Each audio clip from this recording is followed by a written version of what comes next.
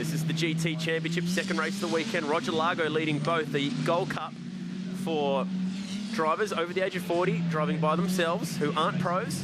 And he did a great job yesterday, Roger Largo.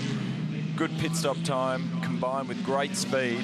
And keeping in mind, these guys are amateur drivers. He was showing fantastic speed, cutting some really consistent fast lap times, so he was a well-deserved winner yesterday. The second row's the names that I'm looking for here, because the Quins will be strong. Clark is actually starting that car. McMillan and Wood, another good combination. Wood starting that car. Elliot Barber, who finished yesterday's race, will start the McLaren off the third row for Techno. Webb, we saw him walking in the pits, so we know that Grant Daniel will be starting that car. Ricky Capo stayed out of trouble in his first appearance in the Australian GT Championship. He's off the seventh row. Watch out for Craig Baird late in the race. His boy Scott Taylor starting almost mid-pack.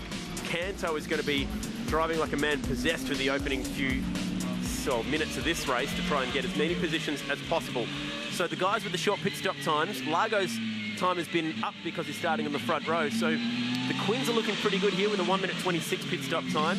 Mark Griffith, Wood and McMillan, Tony Walls in that McLaren, the objective McLaren, also has a fairly short pit stop time. We'll try and update you as to how it's going to work. It'll get pretty confusing at about the halfway point, but the whole point of that is it'll get very close at the end of the race. Safety cars, well, if that happens, it'll bunch the field back up, and that really affects the pro guys because they have the long pit stops. Here we go, Alex, look at them. Keep an eye on John Martin at the back of the pack and his Porsche as well. Obviously was in the pits at the start of the race yesterday, so we can expect to see him carving through. But Roger Largo and Nathan Morecambe on the front row of the grid. Let's hope for a cleaner rolling start than yesterday. Morecambe dropping right back, so he's got to get back up there. Here we go to the green flag. We're waiting. Race 2, round 1, Cairns Australian GT Championship, and the Lambo gets an absolute cracking start. He'll lead us down to the first corner. Side-by-side action, McLaren's fighting over second. This time Clark Quinn falls into third. That was Tony Walls nearly making contact with Dominic Story in one of those new cars, the Mercs. And Christopher Mees getting past both of those guys into the first chicane, so he's starting the race in the JPM Audi, and he'll be carving through, or trying to carve through to the front of the pack. Saw great speed from him yesterday. Marcus Marshall and Grant Denyer go side by side, up through the staircase, but Largo's done exactly what he needed to do. Get a good start and lead us down to the first corner. There's Dominic Story in the Oztec's new GTS SLS. As he goes ripping up the back towards this fast turn 8. Pirelli tyres not up to temperature yet. Well, that was close. Dale Wood's brother, Glenn, thinking of a move at turn 8, but pulling out of it. Mees with a good exit down there. Has a shot down at turn 9. Under brakes, 3 wide. He picks up a couple. Oh, and running a little bit wide, so he's going to lose one of those spots, but still came out 1 spot in front, so good move up the inside there, Christopher Mees. Next car in front of him at the moment is the Elliot Barber, Nathan and Tuner's entry. Look Elliot Barber at the wheel. Yeah, that's Clark Quinn. So Clark Quinn back in third. Oh, dear me. Rod Salmon, John Martin, and one of the Class B entries. And that's got nasty damage to the back of it. Doesn't look good at all. The Porsche driving away is very damaged. Can't really see on the other 2 cars. So that might bring out a safety car if they can't get those cars moving. Meanwhile, down at turn 4, Largo still leads the pack from Morecambe. Oh yeah, that's never nice to see. That's got left front and right rear damage for Keith Wong. Keith Wong will try and get that back to the pits, but he'll be lucky to make it there. These 2 cars don't look like they'll be going anywhere, and safety car boards and flags are out. So that'll bunch the field back up, but you can't pit yet because it's before the window. Obviously, if you've got damage, you have to pit, but you're not allowed to use that as your compulsory pit stop. What a shame. It was a great start for Largo, who was trying to build a bit of a lead. Oh, the right rear on Martin's cars had a proper whack.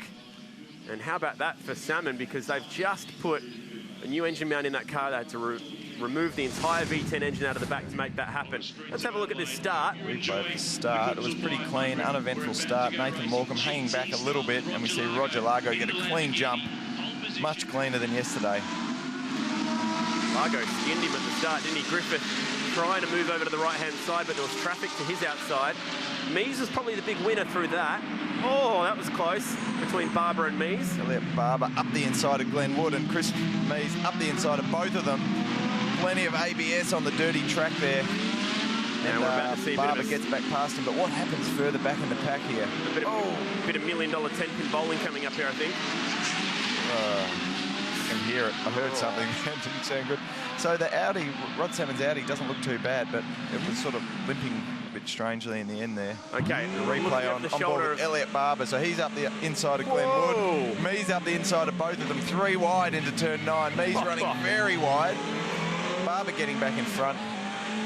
Mee's keeping his spot over Glenwood. Okay, this might give us another angle. Oh, Wong's had a huge lose on the way in. My goodness gracious. Man. So Rod Salmon with damage to the front right wheel. Keith Wong getting way out of shape, under brakes there in his Porsche. No ABS in the old Cup car. Safety car is out. Let's catch up with what's going on in the pits with Kylie. Well, another familiar face in this category who's jumped on board, Stephen Richards with BMW. This is exciting. Yeah, it is. It's very exciting for Steve Richards Motorsport, and obviously it's been a while since BMW have been involved back in Australian motor racing of any form, so it's a nice way to kick off that relationship. And how was that debut yesterday? Yeah, look, it's been a lot of things to work through, a lot of new technology, and we've got a lot of support here from Germany who provide these cars to their customers. So, that's all you can ask for at the end of the day when you're trying to get a new program started. The most amount of technical assistance we can gain, the better. Yeah, and you'd be itching to get out there and make up some ground, as with some of your ex-V8 supercar stars as well. Yeah, look, they're great cars to drive. They've got fantastic technology in them, and they're fast. So, yeah, look, we're building up to it this weekend, and we're hopeful that as the season progresses, we become more and more competitive. Well, there's plenty of you guys in there, all jumping on board, and another one in yourself. So it's good racing. It's great. Yeah, really, really good. I think this GT3 category at the moment is going from strength to strength because of the value for kilometre that gives the competitors who buy these cars, and it's great to be a part of it. We'll enjoy. Thanks, Kylie. Thanks. Driving alongside Max Twigg. You can see the big M6 in the background just lurking. What an absolute beast. It's one of 2 turbo cars in the field. It's a huge car too. I mean, it's a 2-door sort of coupe, so you don't expect it to be so big, but when you see the car in the flesh, it's a monstrous car sitting on the circuit. A beautiful looking race car, but safety car light's still on, so these guys will be trying to keep plenty of heat in their Pirelli tyres, plenty of heat in their brakes, ready for the restart in a lap or 2. Roger Largo needs to stay cool here. How is he feeling before the race? Well, let's hear from him right now. Well, a man who's made an impact, Roger Largo. First full championship year for you in the GTs. Geez, you've started in style. Yeah, it was a pretty good start. It was the car was good from practice, and we just improved at each qualifying session, and then to be P6 on the grid for yesterday's race was pretty good. And just stayed out of trouble. I knew we had a shorter pit stop, and I didn't really know where I was at the end. My team manager didn't tell me, so I just crossed the line and then asked how I went, and he said I'd won, so it was pretty good. That is excellent. Surprise. Hey, by the way, mate, good job. You just got P1. No worries. See you back in the pits. Probably would have been better to give him a bit of an idea of what was going on, but yeah. Maybe they didn't know. Kept his probably, yeah, maybe it's better not to know sometimes. But, that is great. It was a great drive. We touched on the story for him yesterday, didn't we? He had a nasty crash in Townsville in Carrera Cup where he broke his leg amongst some other parts of his body. Rod Salmon doesn't look too happy down there at the moment, looking at the car that won this round last year. He'll be very disappointed, along with John Martin, because they were innocent bystanders in that accident. Keith Wong, for sure, not intending to do anything heroic down there, but just got a little bit out of shape and locked a wheel under brakes. He's one of the few cars in this field without ABS, being a Class B car. It's a former Carrera Cup car. And yeah, we saw the accident. Could have been a lot worse. It doesn't look like severe damage to the Audi, but enough to put Rod out of the race, unfortunately. Here it is again. So here he comes in with a huge head of steam. So he's locked the rears, lost control of the car. Oh, no. And aimed for the inside, taking 2 cars out at once. So, as I said, one of those things could have been much worse. We've seen, you might remember at Phillip Island a couple of years ago when Will Davison came down on the grass and cleaned up Jamie. I mean, that's the type of accident that can happen at a hairpin corner when one car gets out of control. Both those cars are repairable, but disappointing to see 3 cars at once out of the race here. So that car limping back around, and a lot of work going on down there at the moment. Lexus safety car at the point. So we've actually, for the first time, broken the Australian GT Championship down into 2 championships, like it is with the Blancpain Series in Europe. So we've got the Sprint Championship, which is what we're looking at here today, the first round of 6, and also the Endurance Championship, which is now the Australian Endurance Championship. That starts at Phillip Island with a 101-lap race, which will start a bit later in the season. Here comes this beautiful McLaren. Techno have stepped it up this year with what's been a massive operation from Techno Motorsport, bringing in these McLarens from Europe. Kylie's got a bit more about that. Yeah, Jonathan Webb's with me. Tell us about the program and, wow, how successful Bathurst 12 Hour. A nice way to start.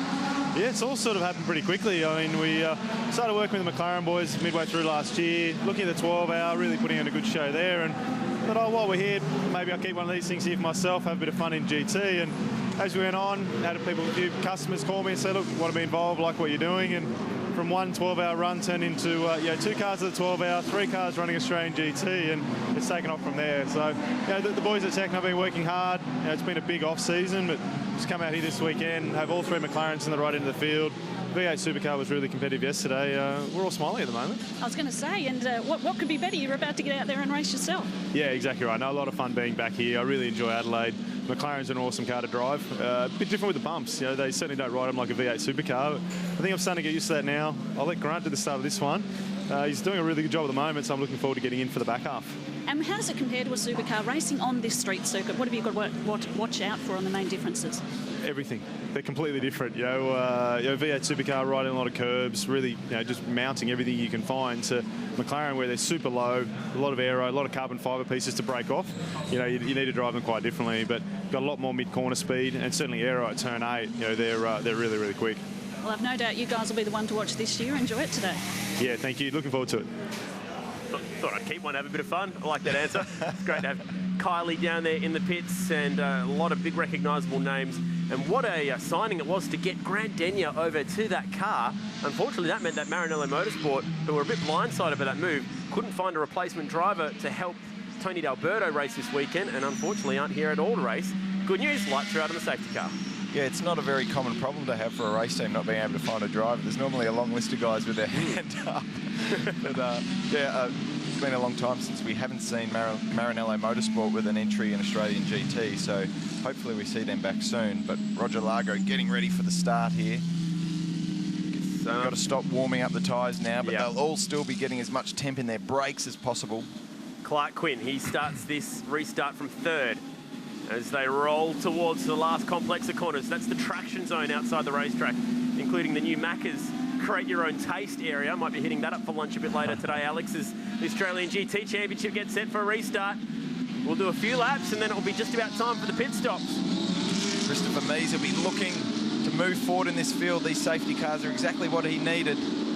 Nathan Morecambe, Clark Quinn, Mark Griffith doing a great job holding 4th position at the moment, but Roger Largo leads through the centre chicane cleanly. He stayed off the curbs that lap, and Nathan Morecambe is right behind him, all over him, and looking for a move up the inside of turn 4. Oh, that's late. That's very late. And contact there with Barber and Griffith. And Barber's stuck in a really awkward stop. He needs to get the traction control down to 0 and whip that thing around in a hurry. He was comfortably up the inside there, but just moved left a little bit under brakes, and they had such light contact, which forced him up the escape road. No. He's losing a lot of time there, trying to get the car turned round. But anyway, Mark Griffith, it was only light contact. I doubt we'll see any damage on his car, so he's continued in 5th place. Christopher Mees has made 2 spots up since the restart. Car is running. He's stuck in 2nd. He's struggling to get back down through the gears.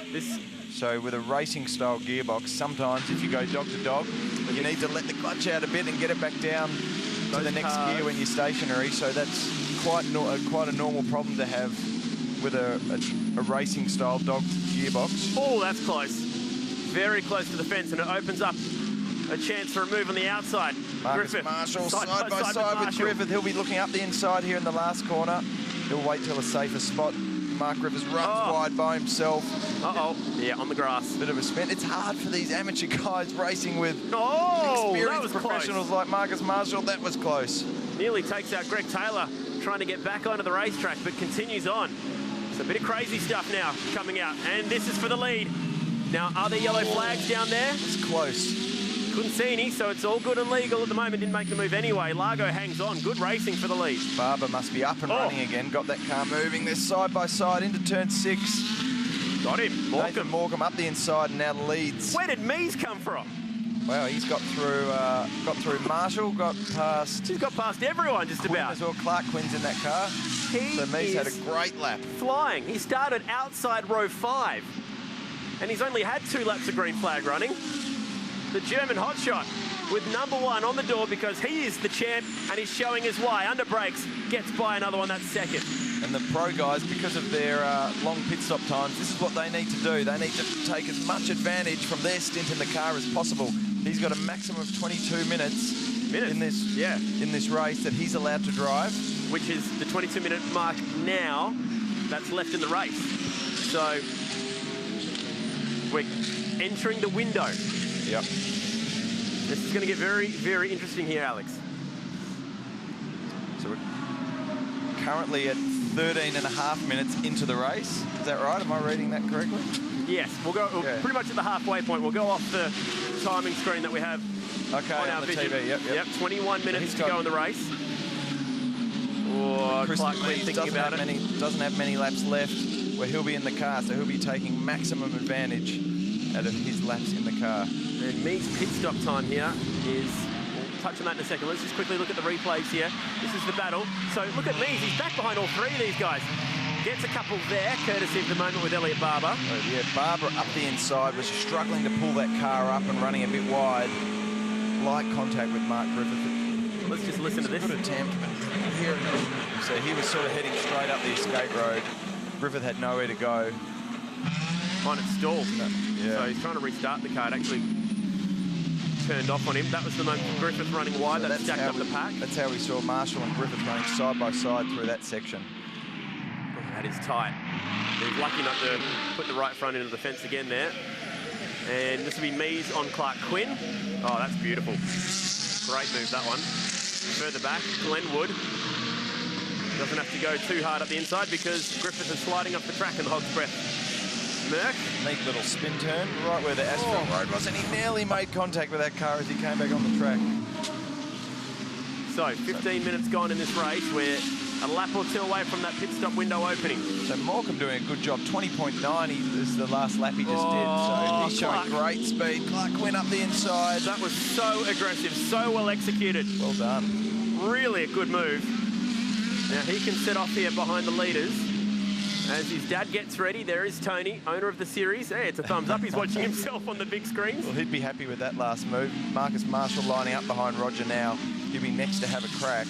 Roger's doing a really good job racing against these professional class drivers and definitely holding his own. So Morecambe's pit stop will be 1:38 when that happens. Mees, well, he'll be in the pits for 1:29, so 9 seconds less. And Clark Quinn another 3 seconds less than that as Marshall now moves up the inside. He's starting to find some form and Largo drops back 1 more spot.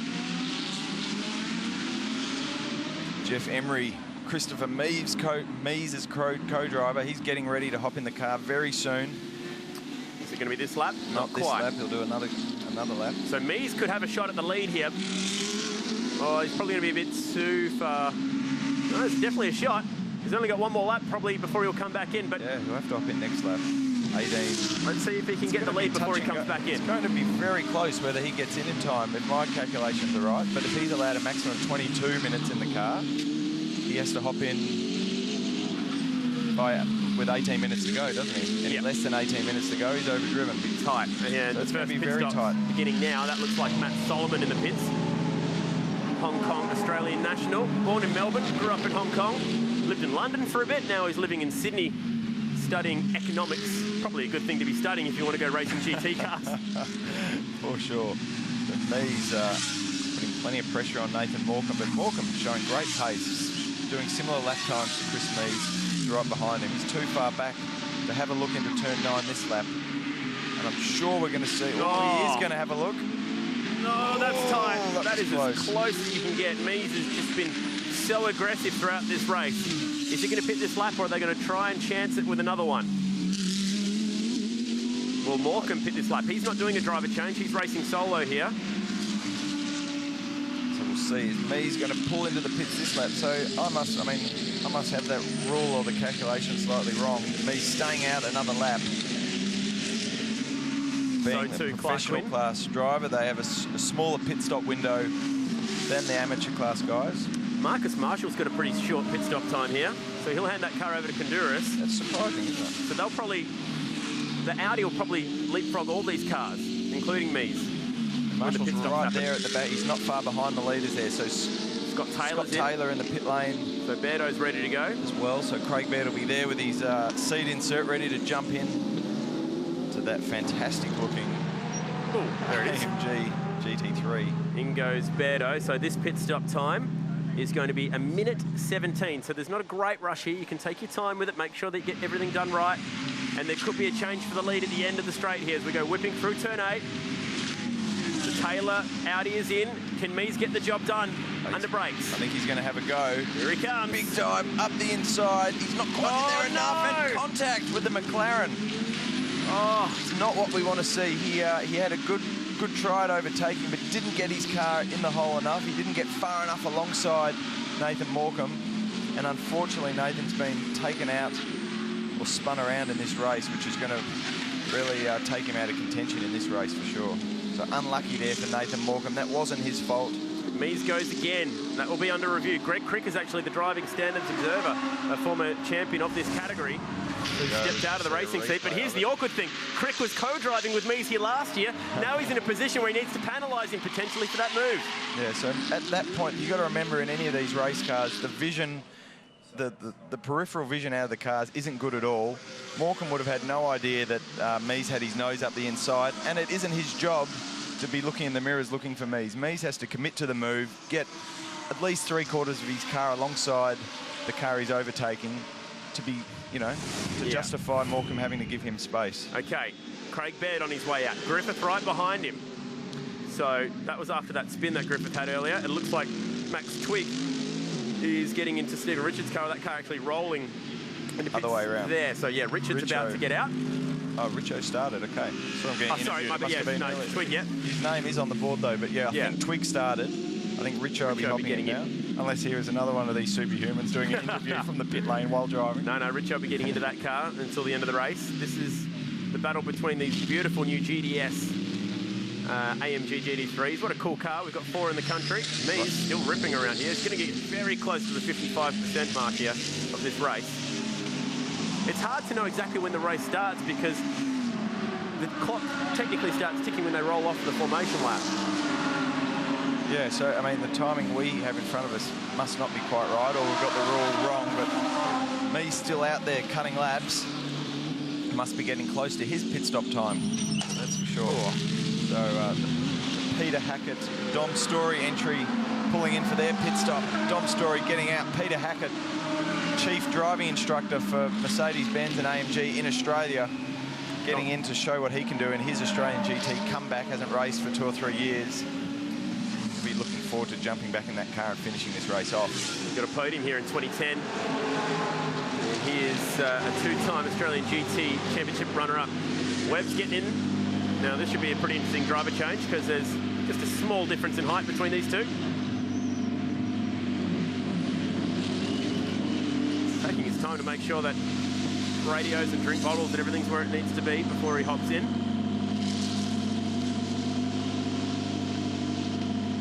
It's so funny seeing the guys doing their pit stops with the allocated pit stop time that they all get. So Christopher Mies in the pits now. Well, that's pushing it.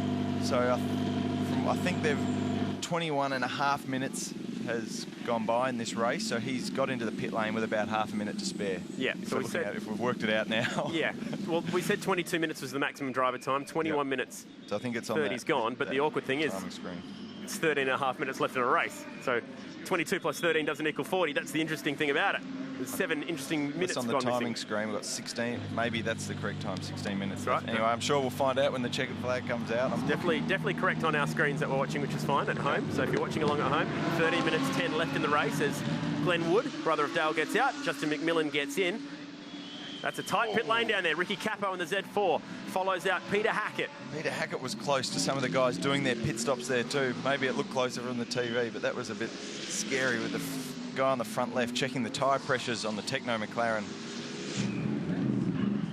Nathan Morecambe still out in front as these all the pit stops unravel.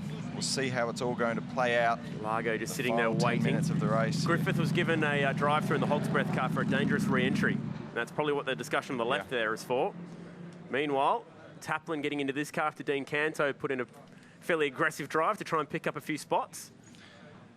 enough time in these pit stops. Obviously, they don't change tyres, but you can see all the teams checking tyre pressures, giving them a bit of a bleed, making sure they're set at the optimum pressure for the final stint in this race. So Emery's in that car. Mees out. Great drive from Christopher Mees, just standing over the left there, undoing his Hans device. I think Paul Seprinich, as car controller, holding the stopwatch, counting down the seconds until their pit stop can finish. And he'll send that car tearing out onto the circuit. Jeff Emery at the wheel. Oh, it's tight down there. Tony Quinn pulls out into the hot lane right in front of Largo. So that's the position. Tony Walls has jumped up a few spots in the objective McLaren. He's right with him, but Mees has done a great job getting Emery out in such good track position. That's tight. Oh, the Audi slots right in behind the Lambo. That's Taylor at the wheel. That'll be for the position as well. Saw Tony Walls really benefit from the pit stops yesterday, coming out in third position with 5 or 6 laps to go in what was an unbelievably exciting finish to the race yesterday. So let's hope we have something similar in the race today. There's Dino. Doesn't look like he's been working too hard, although maybe issues with the drink bottle and radio comms that they were looking at. Here is this poor car that's been leading the race early but got turned around and fell all the way to the back of the pack. So who's going to be the leader after all this? It looks like it might be car number 4, James Konduras, who's taken the wheel after Marcus Marshall was driving. And then it should be Justin McMillan, who's taken the car from Glenwood. Here it is.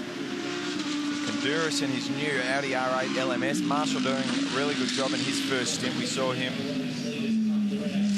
not too far away from the leaders by the end of his stint. And Konduras a really fast driver. He's very experienced in Porsche Carrera Cup. He's always campaigned Porsches, even in Australian GT. And it's the first year he stepped up to some state-of-the-art current machinery with the R8 LMS. And with Morecambe and Steve McLaughlin in the pits, he's now the leader of the race. So run, James, run. The Superbarn Porsche is out front. They've made the move over from Superbarn Audi, I should say, because they're in the Superbarn Porsche last year here at this track, this driver combo. And now they're running away from these guys. Currently 11 seconds up the road from Jeff Emery. So we'll keep an eye on their lap times and see if that gap changes. Tony Quinn will be one to watch out for. There he is, right in front of Roger Largo. Greg Taylor in behind them. Hard to see. Oh, no, Griffith is... Mark Griffith in trouble again. He's got to get his foot on the brake so he doesn't back into the wall there. He's been in amongst it this weekend, has he? In his first weekend in his new Mercedes-Benz GT3. Oh, dear. AMG GT3. He's bit of heat from the brakes seeping out. Everything restarted at the moment. Oh, this could be an interesting safety car because it'll give us a sprint to the flag if it happens. Of turn 11. Oh, that's an awkward, horrible place to turn around. Officials pleading with him not to do it. Oh, I'm cringing watching this. I don't want to watch. Oh, no. Goodness gracious. Wow. This is not good. He should reverse up to the grass area behind him. We saw him reversing up the track yesterday as well, doing a good job that time.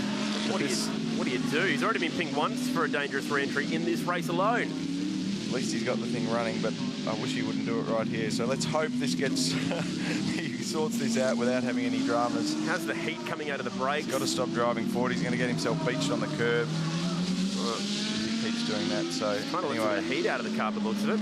These street circuits are horrible in this situation. They're not easy to do. We see race cars do spin turns all the time, but it's not an easy thing to do in a car like this, which has so much grip. I'm trying to get some help from the officials as to when he can turn it around. The smoke's getting worse as well at the right front.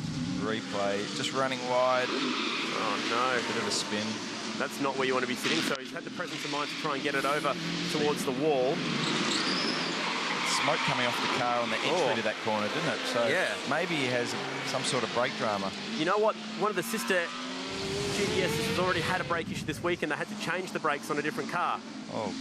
And safety car boards are getting held out from the commentary box window, so there it is with 8 minutes to go. We have gone under safety car again, thanks to Lexus. And we are going to be in for an almighty sprint at the end of this race. And this is playing into the hands of any of the professional drivers who are hopping in for that last stint. So let's look down through the field. The first professionals, we've got Peter Hackett, Jonathan Webb, Craig Baird, currently in 11th, 12th and 13th. This is exactly what they want, and this gives them a chance to come through the field and get a result by the end of this one. One of the pros to watch out for at the restart, well, there's a few of them. Peter Hackett's going to be a name to watch out for because he knows how to make the most of this situation. We caught up with him before the race. This is the new AMG GT3. This is chassis number 17. There are only 17 in the world, 4 of which are actually here in Australia. We are the biggest consumer of AMG GT3s from the factory right now. The second of our cars only arrived, well, we air freighted the first one in for the Bathurst 12 hour. We had it on display, and Mercedes-Benz actually used it for the global or the national release of the GT3. And our second car, this one behind us here, arrived on Sunday morning. Today's Wednesday. It got in at 9, 12 hours to wrap it, and then Monday morning we took it to Calder for 30 laps, and then we put it in a truck and came straight here.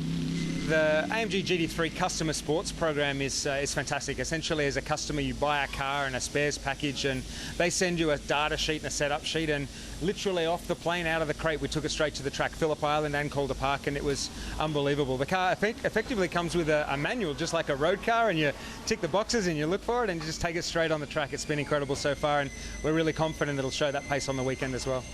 The new range of GT3 cars is probably the most difficult for a driver to get used to, purely because of the electronics in the car. This particular car has 12-stage ABS settings for wet and dry. It's got 2 special settings for street circuits. It's got 10-stage traction control that we can play with. We've also got air conditioning in our car, so we're not too worried about the temperatures over the weekend. But from a driver's point of view, where you are always taught to brake progressively, in this with ABS, you just stand on the brake pedal as hard as you can, as late as you can. You let the electronics in the car do what it does for you, and then once you've got the car rotated and turned, stand on the throttle, let the traction control fire the car out of the corner. And essentially, from a driver's point of view, getting used to the settings in the car and the minuscule adjustments that are available as a driver inside the cockpit is really what sets the difference between the guys that are just driving and the guys at the very front. Got a $1 million smile, that man, Peter Hackett. Why not, when your job is to drive AMGs pretty much full-time? One of his employees, actually, Dom Story, is his co-driver here this weekend. And there is Mark Griffith walking around with the heat soak out of those brakes. Definitely an issue. So it'll be interesting to find out exactly what his problem was in the end. They need to get that car off the track. I mean, it was driving a few minutes ago, so I can't see this is really cool. What could be so severe to have it stranded out on the track. But we've got in the traction guys zone. doing the enduro cross over there. Toby, I saw some onboard footage of Toby Price testing the circuit out during the week. Very cool. And he's a freak. It was unbelievable. He was flying over things that you and me would stop and have to drag our bike over. He was flying over it like they weren't there. So I don't know which one he is, if he's out there or not, but it was very impressive to watch. It's what makes this event so great. It's not just about the V8 Supercars on track. We have so much going on, and we'll try and catch up with Toby Price a bit later in the day if you stick with us throughout Super Saturday here at Clipsal. Icehouse headlining the concerts tonight. You're going to be over there with your shirt off, whipping around the air? I've got a race tomorrow, so no, of course not. You know what, Dunlop Series, their last race is today, so I reckon the DBS boys might be out and about on the town later tonight. It is Adelaide Fringe Festival after all. Hopefully we can get that car moving, because there's 4 minutes, 15 seconds left in the race, and I'd love to see how Hackett and Baird and all these big names back in the pack can come ripping through the field. It's a pity, because the car was, I mean, he had a spin. The car was running. I mean, he was struggling to turn the car around, but I can't see why it's stranded all of a sudden. So the officials do such a good job here, and they'll be working in such awful conditions all day long. Yeah. There is the car that was brought in from Marcus Marshall, and James Konduris is at the wheel. Safety car still at the point. Kylie, what's happening down in the pits?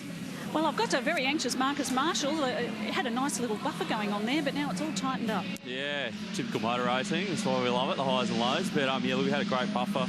But yeah, James, I'm very confident in him. He's been driving really well this weekend. It's a new car for us, new team with MPC and the Audi Sport, and you know, the 5-dock Audi on this weekend as well, super fun. So we're really trying to get a good result for everyone for the first round, but it's going well so far.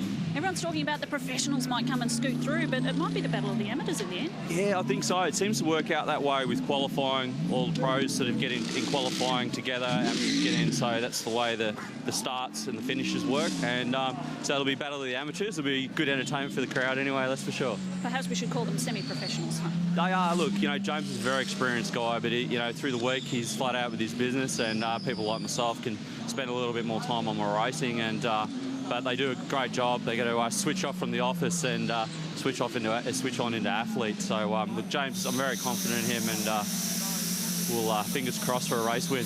Let you watch the end, hopefully. Yeah, thanks. Great career Marcus Marshall's had, really in the spotlight about 10 years ago in Champ Car. Had the pleasure of racing that amazing series. right just after its prime, but you were still up there against guys like Sebastian Bourdais and all the heavy hitters. Eventually gave way to Will Power in that team.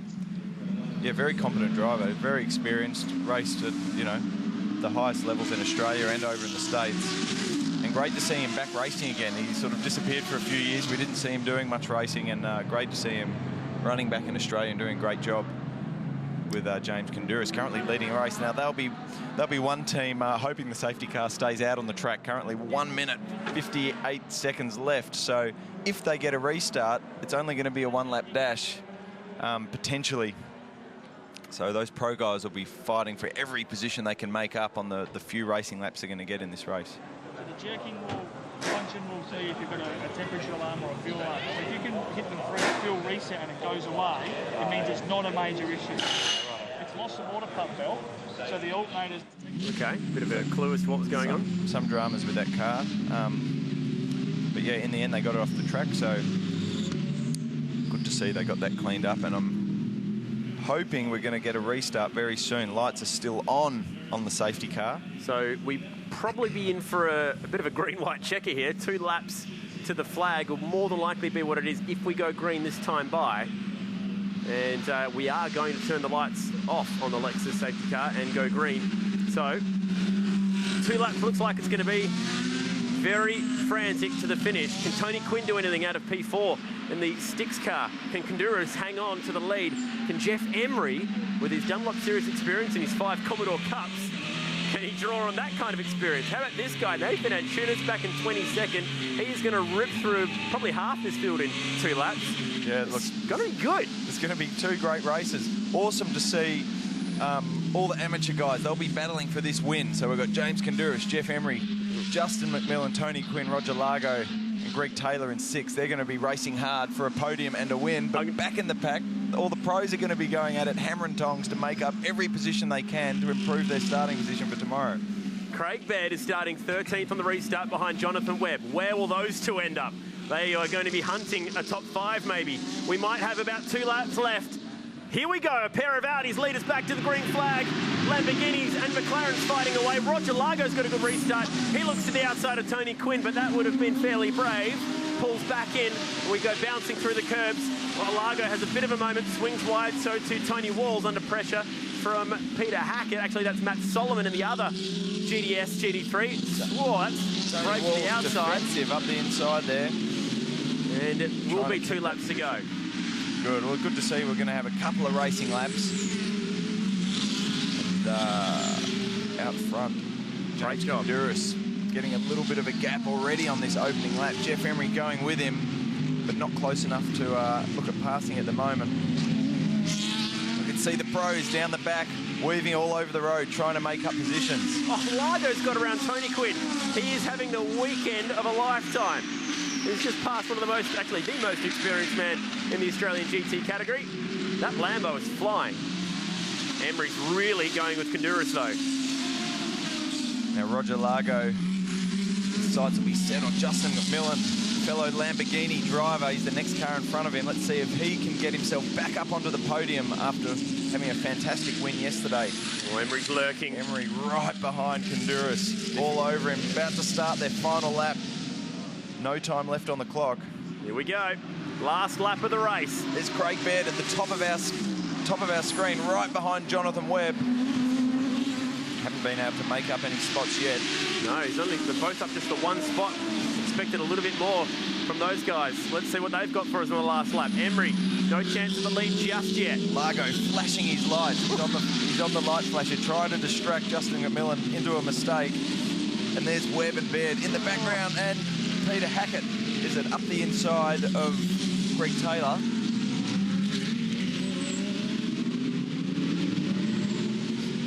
So he's made up a lot of spots. So I have that right. Oh no! Around goes Solomon. That's Solomon. Sorry, it wasn't Hackett. My mistake. And he's facing the wrong way in his debut weekend with the Australian GT Championship. This is tight. Oh no! And also we've got the new BMW facing backwards. That's a good move from Hackett. Through he goes. Meanwhile, Largo up the inside into a podium position. Wow. In race 2 this weekend. What awesome a drive. Stuff. Unfortunately, the Geelong Sales Mercs still stuck there. And local yellows being waved in that part of the track. They make heavy-duty toolboxes, Geelong Sales, and Matt Solomon gets that car going, but this is the last corner. James Kountouris has done enough, potentially. Can he get to the checkered flag? Here we go. Emery pulls out. He wants it. Not going to get it.